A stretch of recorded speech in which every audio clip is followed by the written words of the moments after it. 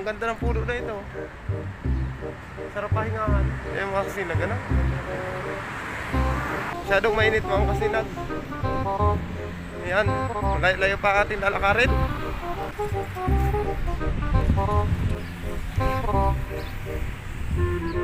Masyadong mainit, ya. Medyo dito ay makulimlim na. Huh?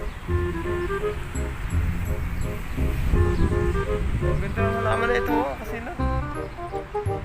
Nakita niyo? Ganda ng bulaklak na ito. Hindi totoo yan. Bola lang yan. Ano kaya puno yan? Hindi ko alam kung anong tawag sa puno na yan. May sign ba? Nabasa niyo ba yan? Bawal daw maglakad.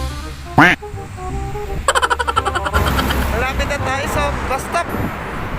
Ang ingay ng masakyan ito. Makalipas ang 18 minutes sa paglalakad. Andito na tayo.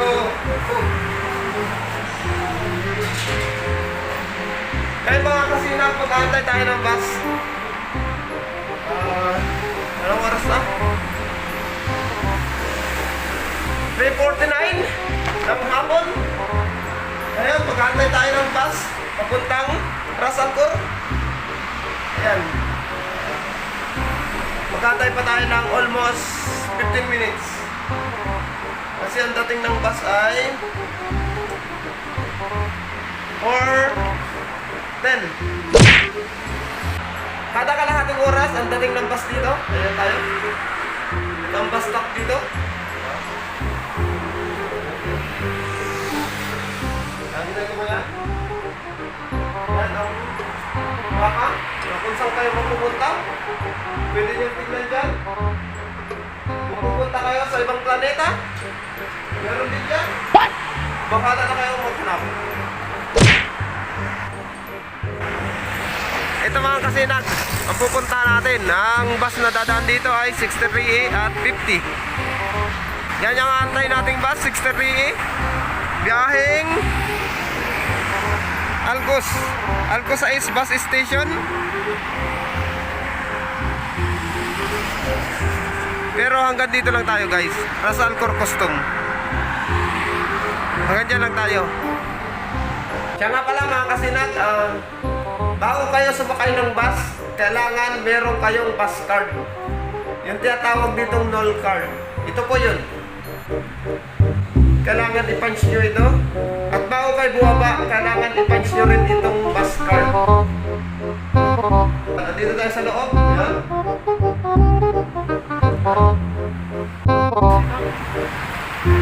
Sasakay ang bus. Ito na. Yan mga kasinag, nakita nyo ba ang Burj Khalifa? Ayun, masyadong maliit. Yan. Diba?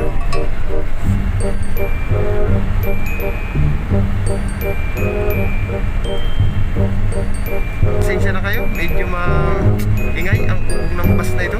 Kasi nandito tayo sa hulihan. Ayan mga kasinag. Ayun si Maktum. Kasama niya ang kanyang kabayo. President Maktum.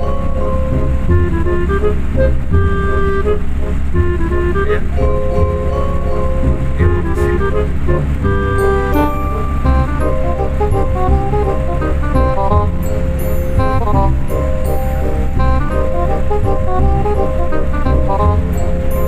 Sa mga nais makapunta ng Dubai, ayan, ito ang itsura ng Dubai.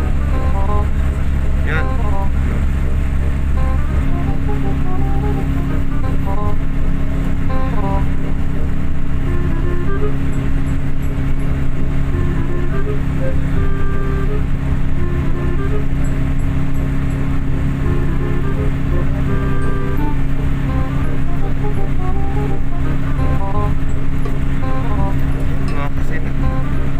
Sari-sari style ng building mga kasinag. Nakita niyo mga kasinag ang Burj Khalifa. Ayan mga kasinag ang Burj Khalifa. Ayan. May puno pa ng niyog. What?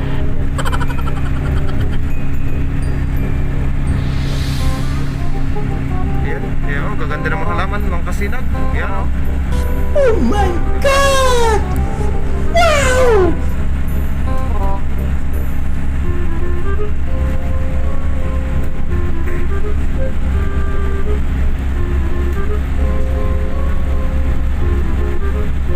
Taas na building.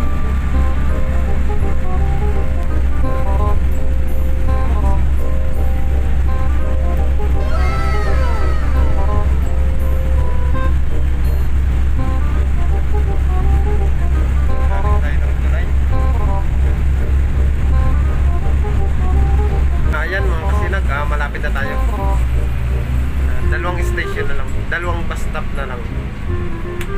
Malapit na tayo bumaba. Bago tayo bumaba, makikita niyo yung photo na yan. Yung photo na yan. Kailangan natin pindutin yan. Dito pag bababa ka, pipindutin mo yung photo na yan. Stop. Ayan mga kasinag, malapit na tayong bumaba. Yan. Yan, malapit na tayo. Pindutin natin to. Ano ka nasisira, ulo? Okay.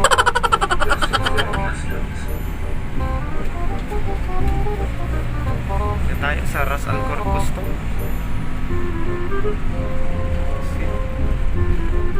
Iya.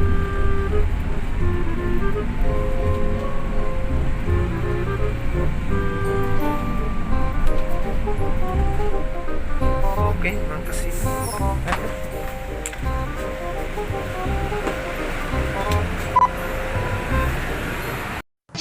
I am the one, the way your son don't need.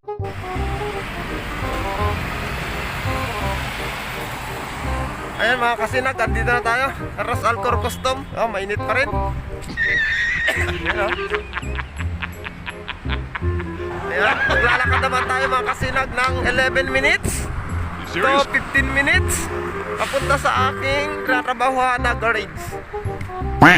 Mala doon sa aking accommodation hanggang doon sa bus stop, 18 minutes ko nalakad. Tapos yung biyahe, another 20 minutes. So, Totoo yan. ngayon, maglalakad naman ako ng Bola lang yan. 15 minutes papunta doon sa garage na pinapasukan ko. O, di ba? Gano'n pala yung pagsubok to. Laban lang para sa pamilya sa Pilipinas, mga kasinag. Ganyan ang buhay ng OFW. Hindi lahat ng OFW siniswerte sa kanilang mga trabaho. Di ba? Kagaya ng trabaho ko ngayon. Simula noong February 14, pina-stop na ako ng aking boss kasi wala nang pumapasok ang sasakyan. Mahinang pasok na aircon ngayon kasi medyo malamig pa. Kasi ang trabaho ko ay sa aircon technician ako. Yung mga chiller, freezer, yun ang aking mga trabaho. Tapos mga cabin AC na sasakyan, mga aircon na sasakyan. Ito ang tinatahak ko sa araw-araw na pagsubok ng Panginoon. Pero laban lang para sa pamilya. Serious? Laban. Mga kasinag, banggaan, no? Saktong-sakto, mga kasinag. Ayan. Kalalabas ko lang ng ating garage. Yan, banggaan. Oh. Oh my God.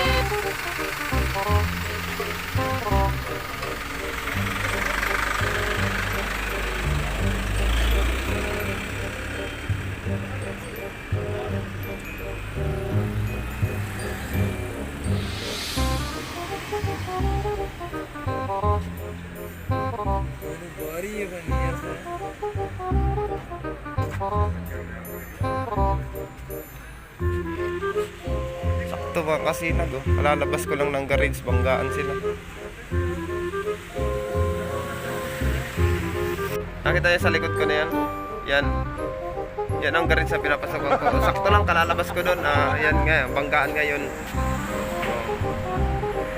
Tawid tayo at baka tayo naman ay mabangga. Ayan mga kasinag.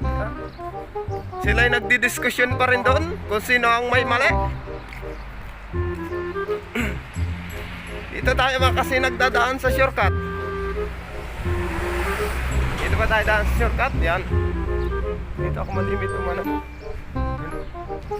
Dito ako malimit dumaan. Dito mga kasinag, gumalayo sa dagat dito pero bakit may yate dito? Ha?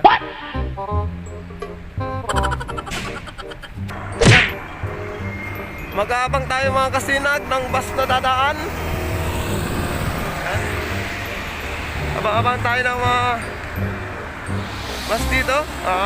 Tingin muna tayo kaliwa kanan bago tayo tumawid. Yan. Dito na tayo sa bus stop. Yan, nakita niyo mga kasinag. Oh, malabo. Mga kasinag, dumating na aking bus na inaantay. Ayan, 63E. Babalik naman tayo ng Algos. Ayan mga kasinag, ito na, pinara ko na. Para lang tayo nagpara sa banaran. Ayan mga kasinag. Ayan mga kasinag, nakasakay tayo. Balik na ulit tayo ng Algos.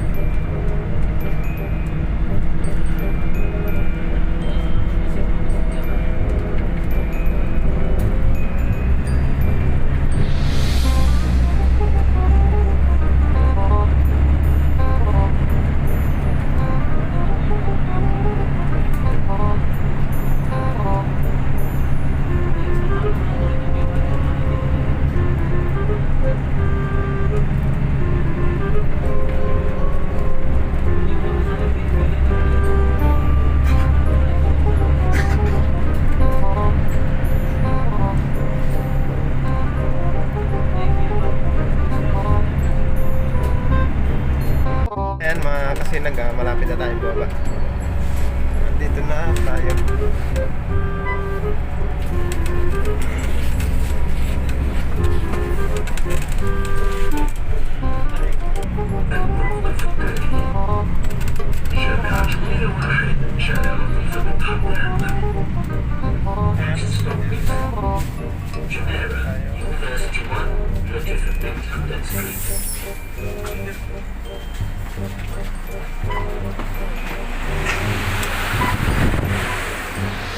Ayan mga kasinag, andito na tayo. Kararating lang natin. Ayan, ayan. Nandito sa bus stop. Kita yung bus stop kanina. Doon, sa kabila na yun. At doon ako kanina nag-abang. Ayan, kaya tayo dito. O diba? Napakaganda. Yan mga kasinag, nakita yung bus stop na sa harapan ko. Diyan tayo nag-abang kanina.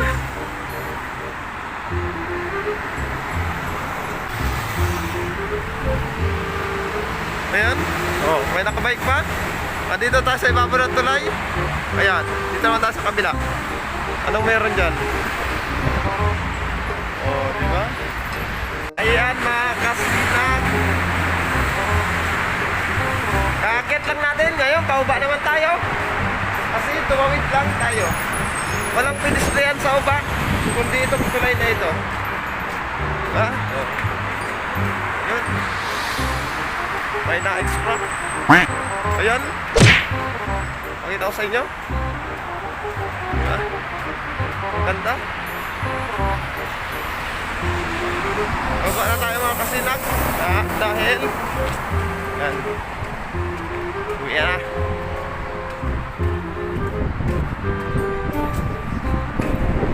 Ayan. Baba na tayo ng tulay na ito. Kung natatandaan nyo, di ba? Diyan ako nagantay kanina. Ngayon, paglalakad daw na ako pabalik. Ay, sa lahat ng maduwadaan dyan, shoutout sa Ano ka inyo. nasisira, ulo? Huwag lang mga tao, kundi ako lang ang tao. Ako lang ang tao dito sa kasinag. Ha? Ayan mo. Oh my God. Yung mga kasinag, pauwi na ako sa aking kwarto. Accident na naman nandun, naatrasan yung isang sasakyan, nagtatalo sila. Dito na ako sa aking kwarto. Akit na ulit tayo. Yan. Kaya na tayo hanggang ikalimang palapag. What? Ayan. Gunggong! Barinig kita sa mukha eh!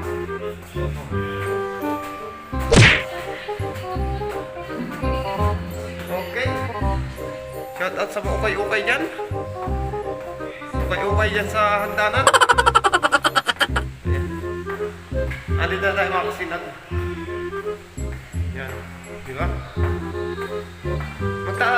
Magtataka kayo kung bakit madilim. Kasi walang ilaw. Yan. Hindi pinalitan ng...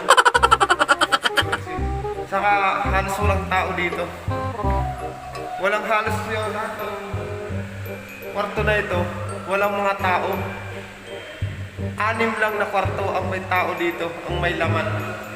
Halos lahat wala. Walang nakatira. Dito na tayo, mga kasinag. Okay. Napag muna natin dyan. Yan. Narating lang natin. Tapo ng face mask.